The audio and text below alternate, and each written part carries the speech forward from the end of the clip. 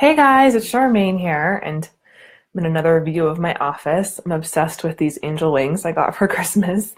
There's some antique angel wings that I just think are gorgeous.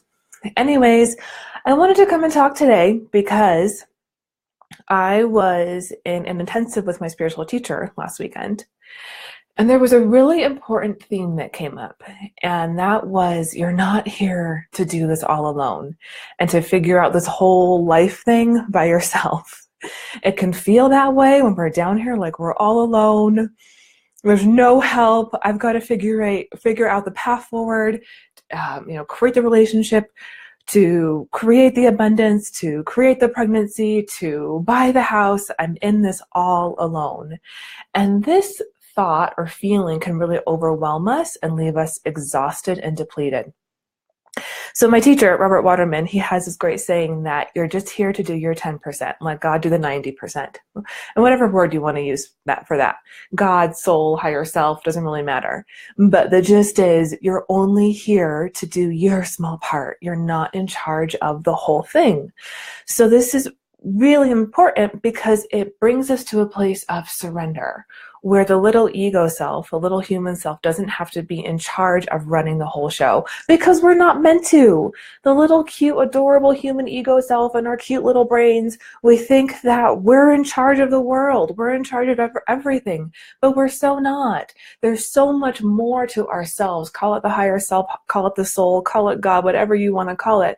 There's so much more to ourselves that's actually running our lives and running our show. So that can feel a little scary at times for people, to think that there's this thing that I can't perceive and can't feel that is running my life or helping me out in my life. But the truth is, whatever that thing is, the self, soul, whatever you want to call it, it's a benevolent force. It's here to bring you what you need. It's here to take care of you. It's here to bring what serves you. It's not here to hurt you in any way. But the thing is, our souls, our higher selves, are not going to interfere with our lives unless they're called to. Hi, Harit. Again, nice to see you. So the higher self, the higher soul has to actually be invited into our lives. And this can be done with a simple, help me. I need help with this aspect of my life. I need help figuring out the relationship stuff, or the weight stuff, or the health stuff. I need help. And when we open up to help, energies can come in. We can get spiritual energies that come in to support us. But so many of us walk around all the time kind of closed off to the help. We've got this little bubble around us that's closed off to any kind of help from source, spirit, God, soul, whatever you want to call it. So I just really think this is an important point to make. You're not in this alone. I remember for myself, when I had a spiritual awakening that was really intense, and I'm talking about in my book that's coming out, it was a really intense experience.